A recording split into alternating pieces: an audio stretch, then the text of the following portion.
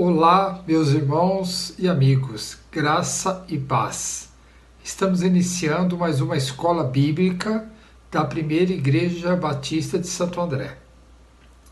Eu sou o pastor Carlos Chumiski e, juntamente com o pastor Rubens Marins, estamos lecionando na disciplina Entendendo a Fé Cristã. O objetivo é trazer assuntos da teologia sistemática de forma prática e objetiva para cada um de vocês.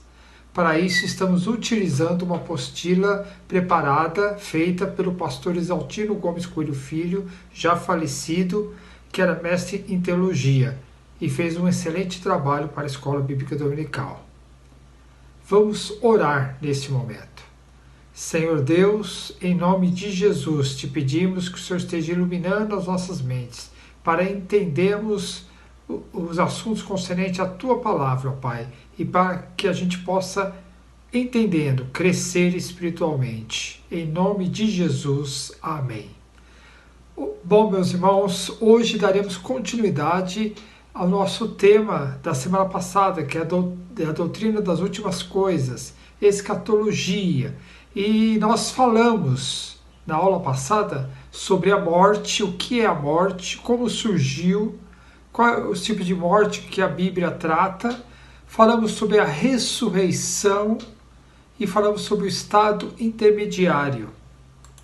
Hoje queremos falar sobre a volta de Cristo Jesus, falar sobre o juízo, novos céus e nova terra e a escatologia cósmica, que diz respeito ao fim da história. Bom, vamos então começar. Vamos falar sobre a volta de Cristo. A questão da ressurreição foi abordada antes da abordagem da vinda de Cristo por sua conexão com o destino do homem. O retorno de Cristo, meus irmãos e amigos, é tema dado como aceito por todas as correntes escatológicas. Cristo vai voltar. Esta mensagem da Igreja Cristã está declarada de forma muito clara já na sua segunda pregação, como se pode ler lá em Atos, capítulo 3, verso 20 e 21, que diz o seguinte: Mas a nossa pátria está nos céus, donde também aguardamos um Salvador, o Senhor Jesus Cristo, que transformará o corpo da nossa humilhação para ser conforme ao corpo da sua glória, segundo o seu eficaz poder, de até sujeitar a si todas as coisas. Portanto, o assunto da volta de Cristo é muito amplo, e para facilitar o seu desenvolvimento, faremos 4 perguntas. 4 perguntas que o pastor Exaltino trouxe aqui, que é de Hammett, que era um professor de teologia sistemática. As perguntas são dele, mas o raciocínio é do nosso querido e saudoso pastor Exaltino. As perguntas são: o que é a volta de Cristo?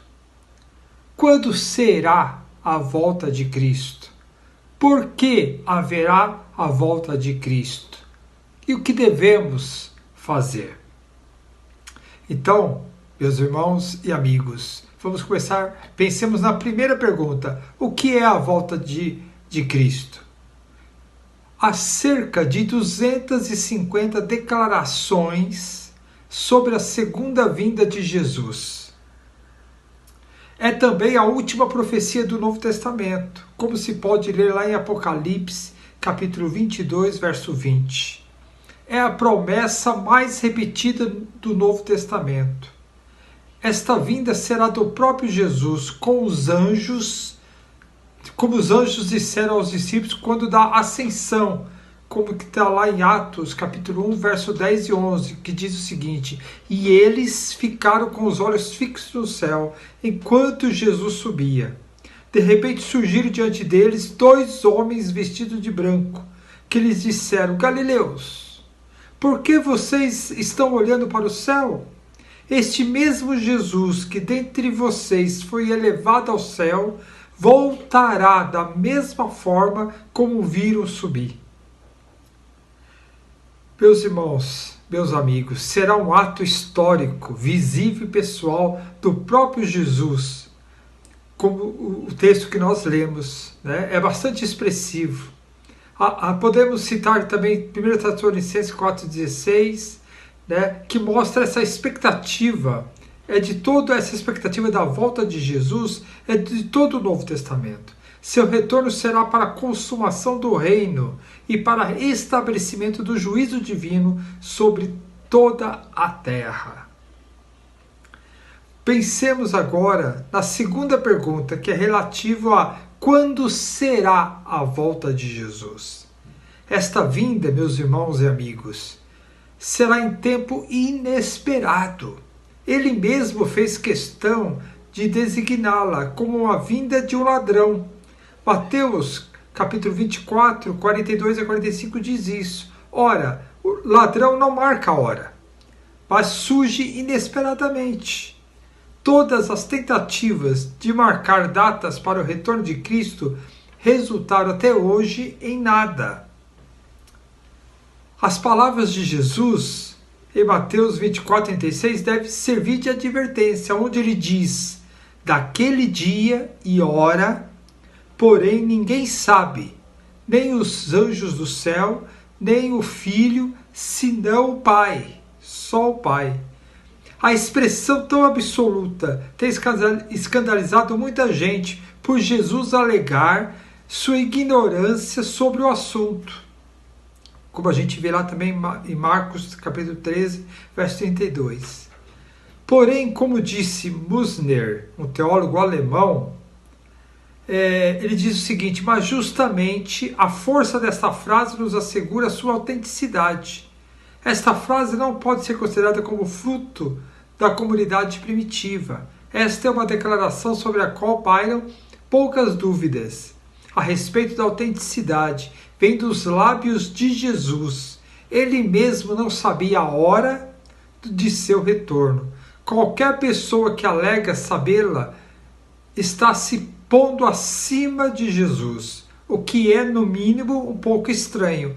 Se Jesus Cristo não sabia, como é que o pregador pode dizer que sabe?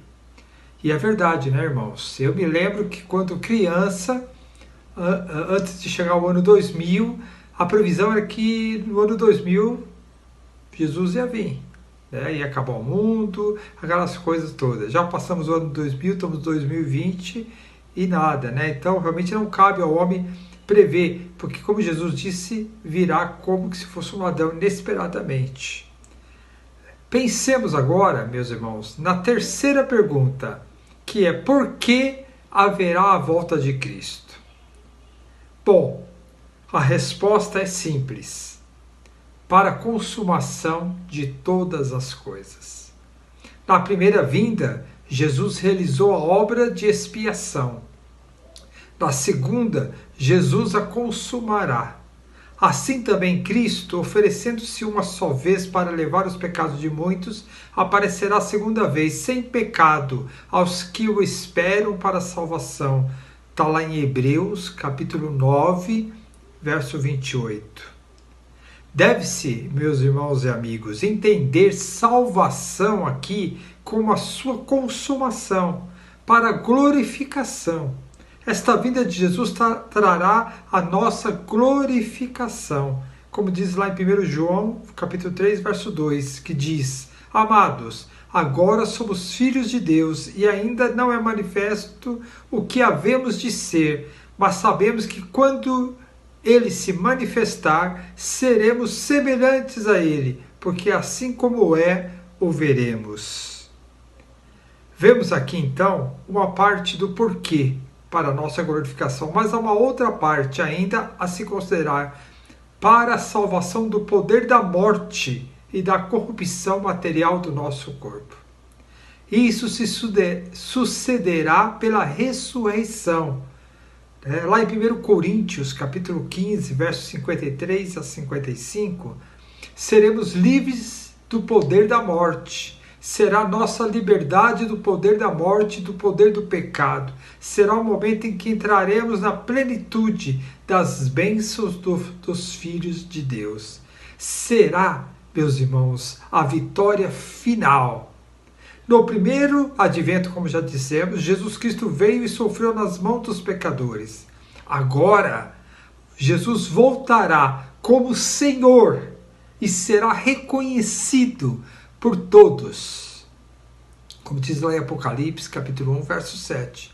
Todos hão de reconhecê-lo e hão de saber que ele é aquele diante de quem todo joelho deve se dobrar. Ele será glorificado nos seus e será admirado pelo seu povo.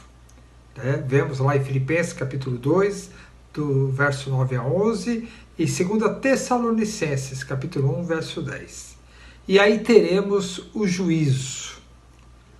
A volta de Cristo, meus irmãos e amigos, será também o momento do juízo, do julgamento.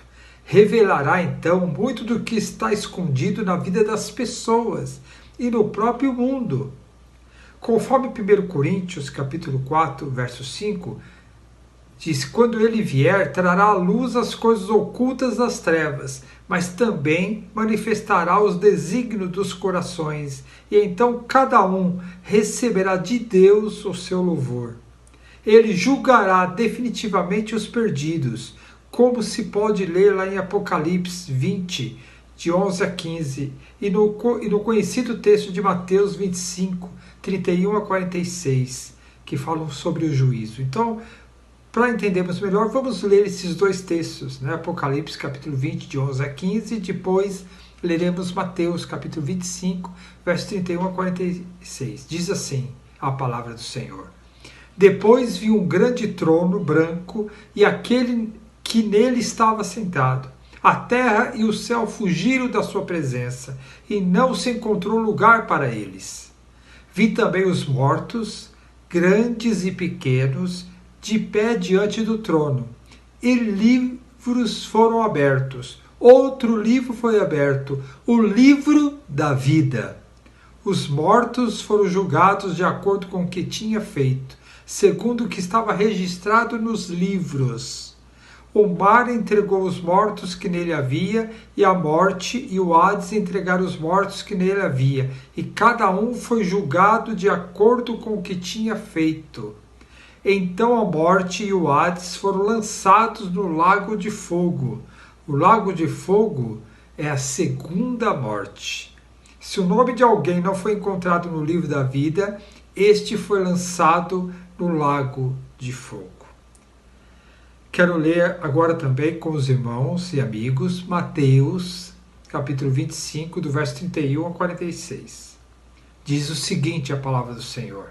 Quando o Filho do Homem vier em sua glória, com todos os anjos, assentar-se-á em seu trono na glória celestial. Todas as nações serão reunidas diante dele, e ele separará umas das outras, como o pastor separa as ovelhas dos bodes. E colocará as ovelhas à sua direita e os bodes à sua esquerda. Então o rei dirá aos que estiverem à sua direita: venham, benditos de meu Pai, recebo como herança o reino que lhes foi preparado desde a criação do mundo. Pois eu tive fome e vocês me deram de comer, tive sede e vocês me deram de beber.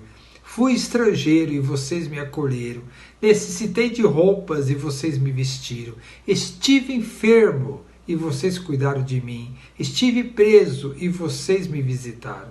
Então os justos lhe responderão: Senhor, quando te vimos com fome e te demos de comer, ou com sede e te demos de beber? Quando te vimos como estrangeiro e te acolhemos, ou necessitado de roupas e te vestimos? Quando te vimos enfermo ou preso e fomos te visitar? O rei responderá: digo-lhes a verdade, o que vocês fizeram a algum dos meus menores irmãos, a mim o fizeram.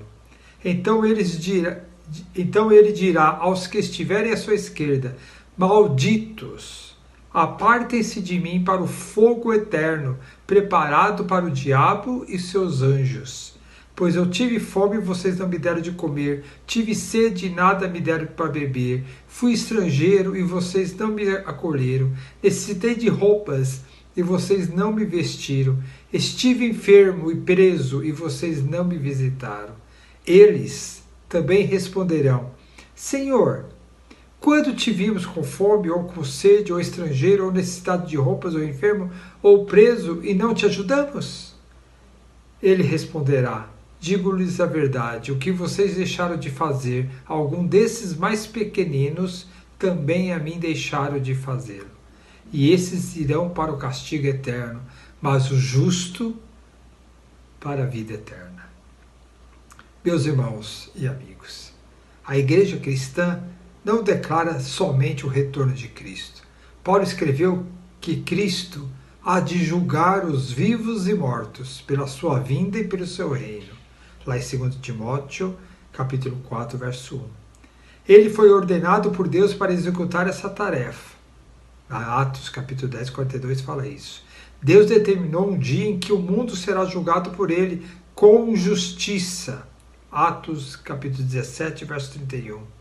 Ele executará este juízo como filho do homem, diante de que todos hão de comparecer para ser julgados. Aí nós podemos ver lá em João, capítulo 5, verso 22 e 27, 2 Coríntios, capítulo 5, verso 10. Portanto, meus irmãos e amigos, a volta de Jesus virá também para julgar a todos. Vamos para a quinta e última pergunta. O que devemos fazer? Como proceder? Então fica definido no ensino de Jesus que há apenas 2 lugares onde a pessoa pode passar a eternidade. Depois da morte física vem o juízo. E o destino final da pessoa é decidido pela sua postura aqui na terra diante de Cristo. Então a decisão tem que ser tomada aqui, enquanto estamos vivos neste momento fisicamente. Dito isso, meus irmãos, quero ir para um outro assunto, que é com relação aos novos céus e a nova terra. Então vimos a volta de Cristo, vimos o juízo, o julgamento de Cristo, que Cristo vem para julgar todos, mas vem para levar os que estão salvos nele para os novos céus e a nova terra. E a melhor maneira de se falar sobre esse assunto é lendo o Apocalipse, capítulo 21, verso 1 a 5 e o verso 24 a 27. Preste atenção, olha só o que diz.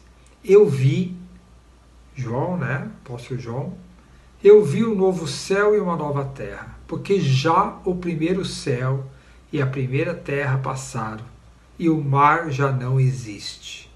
E eu, João, vi a santa cidade, a nova Jerusalém, que de Deus descia do céu, adereçada como uma esposa ataviada para o seu marido.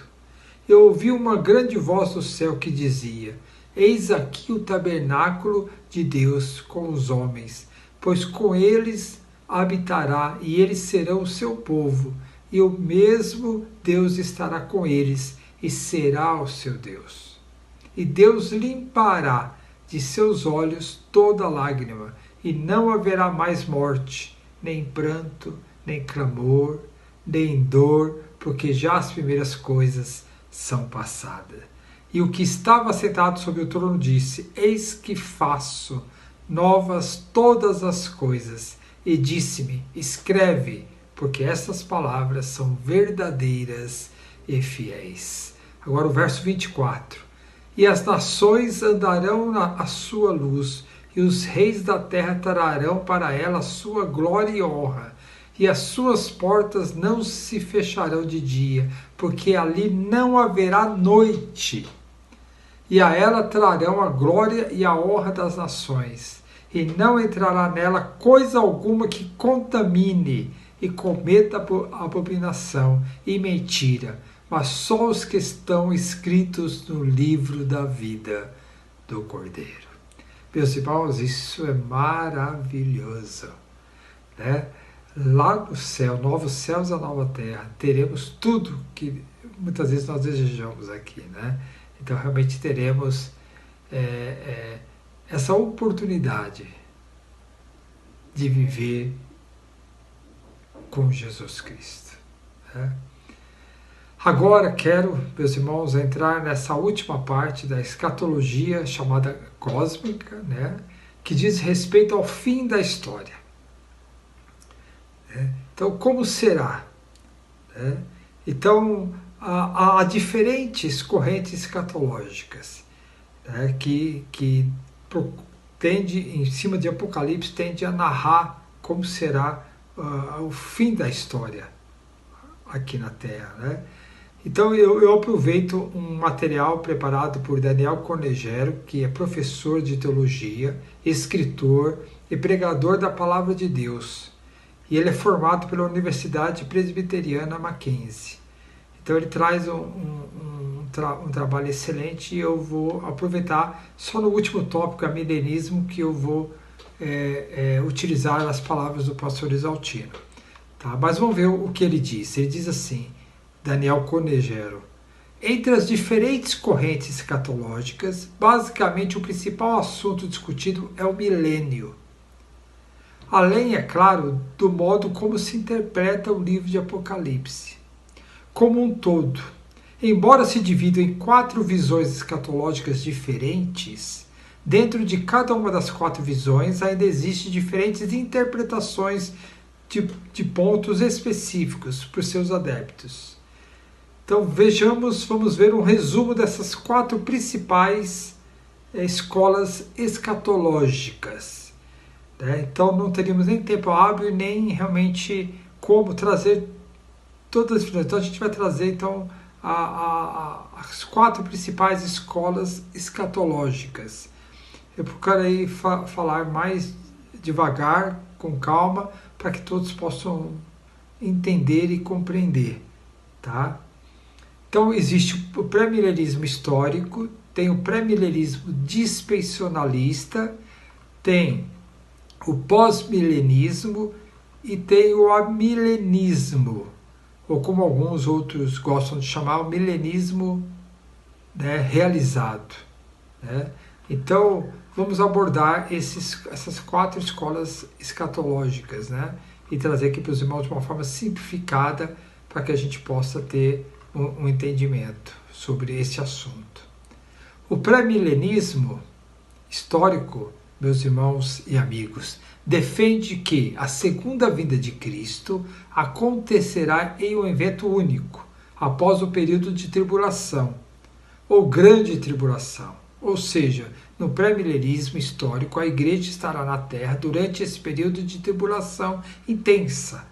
E ao final deste período, então, ocorrerá a vinda de Jesus.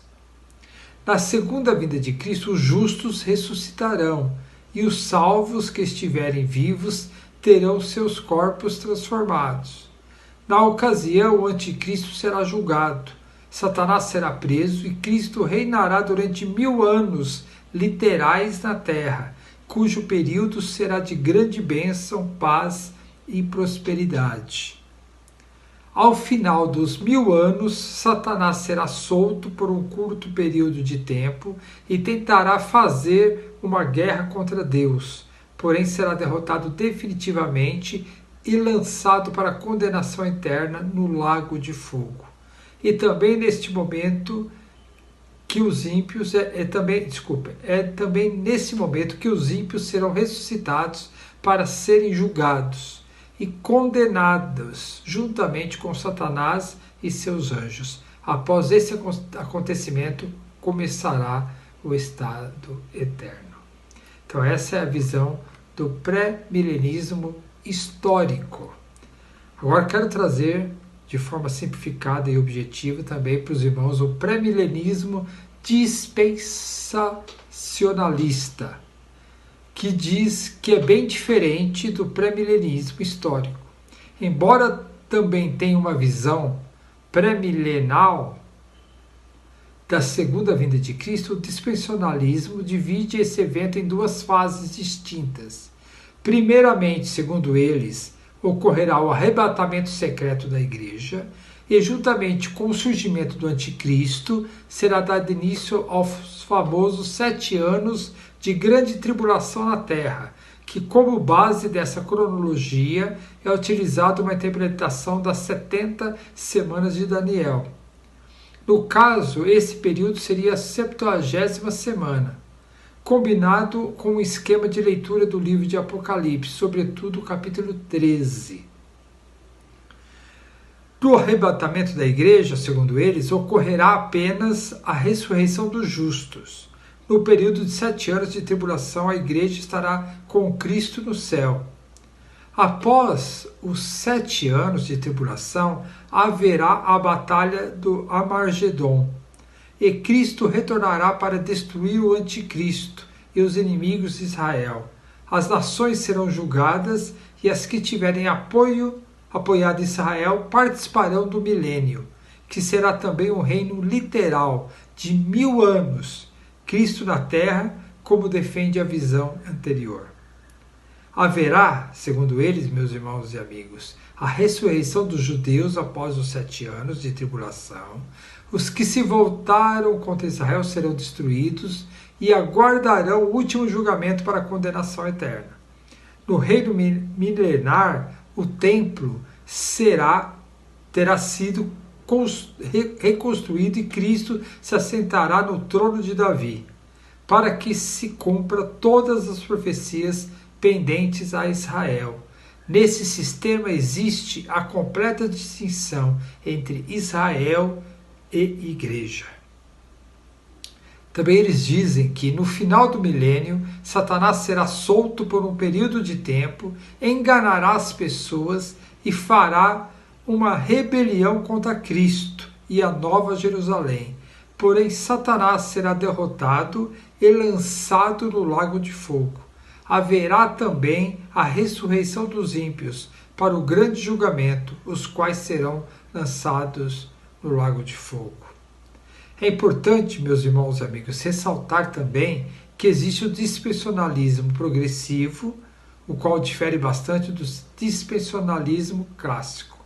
Nesse sistema, a igreja não representa uma interrupção no plano de Deus para Israel, como no modelo clássico, e sim uma parte integral desse plano, ou seja, é uma progressão desse plano. O dispensacionalismo progressivo, em sua maioria, defende a vinda de Cristo em um evento único e pós-tribulacional e pós-tribulação. Ok? Então falamos até agora do pré-milenismo histórico, do pré-milenismo dispensacionalista. Queremos trazer para os irmãos agora também o pós-milenismo. A visão pós-milenista acredita que a segunda vinda de Cristo ocorrerá após o milênio. Dentro do próprio pós-milenismo existem diferentes opiniões sobre esse período milenar. Alguns acreditam que se trata dos 1000 anos antes da volta de Cristo, enquanto outros defendem que o milênio é o período que compreende desde a primeira até a segunda vinda de Cristo. O pós-milenismo afirma que nesse período ocorrerá uma completa evangelização do mundo e que a maioria das pessoas serão convertidas, o que ocasionará um grande desenvolvimento global em todos os aspectos: social, econômico, político e cultural. Entre o imenso número de convertidos estarão também muitos judeus que reconhecerão Jesus como Messias. No final desse período, Cristo voltará, acontecerá a ressurreição tanto dos justos quanto dos ímpios, o julgamento final e o estado eterno será estabelecido. Então, essa é a visão do pós-milenismo, meus irmãos e amigos. E por último, quero trazer o amilenismo. E aqui eu coloquei a definição que o nosso pastor Isaltino Gomes Coelho Filho traz. Então ele diz o seguinte: o A do amilenismo é o prefixo privativo, significando não milênio. Também é chamado de não milenismo. Basicamente, essa posição não aceita a ideia de um milênio literal, alegando que ela é baseada num texto apenas de um livro altamente simbólico, no qual os números dificilmente podem ser considerados como literais. Esse livro é Apocalipse. Nesta interpretação, literalizar a ideia é um risco.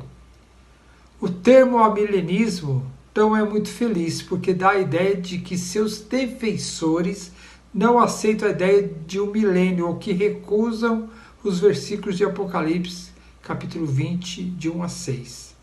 O que não é correto. Jay Adams sugeriu outro termo, milenismo realizado. Isso porque os amilenistas creem que o milênio está em processo de formação, mas o tempo se generalizou e é melhor aceitá-lo, dando as explicações e fazendo as ressalvas necessárias.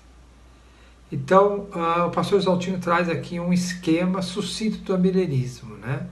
Então, o mundo atual, esse estado de coisa continuará com o bem e o mal em coexistência até que chegue a segunda vinda de Cristo.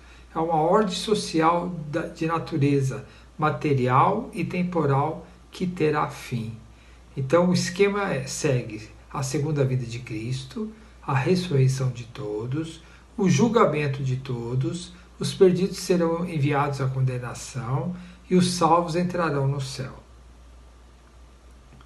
Portanto, meus irmãos e amigos, o amilenismo sustenta que só haverá uma segunda vinda de Cristo, uma só ressurreição, um só juízo, terminando a ordem atual e estabelecendo a ordem eterna, sem um intervalo de 1000 anos. O chamado milênio é um símbolo do espaço de tempo entre a primeira e a segunda vindas de Cristo.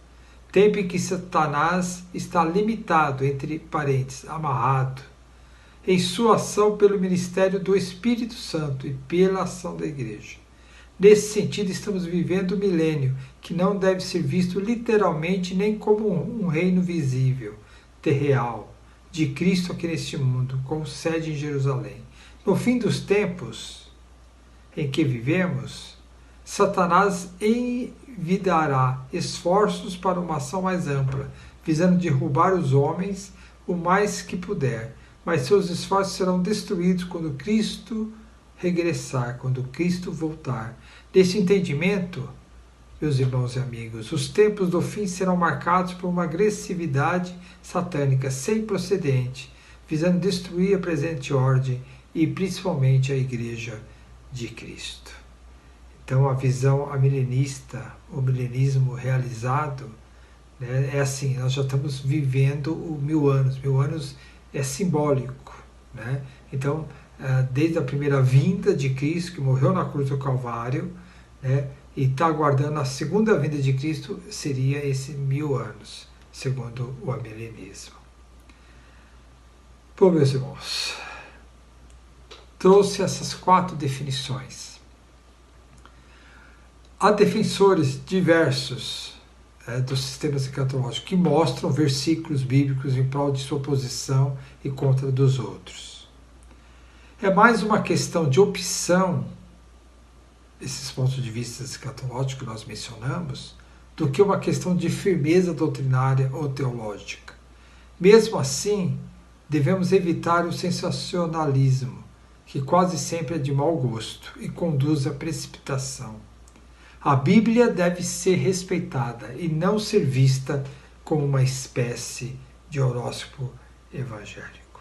Seja qual for, meu irmão, o seu posicionamento, pré-milenismo histórico, pré-milenismo dispensionalista, pós-milenismo ou amilenismo, essa questão não envolve salvação, né? Não interfere na questão. Então fica a escolha de cada um de achar o que é melhor.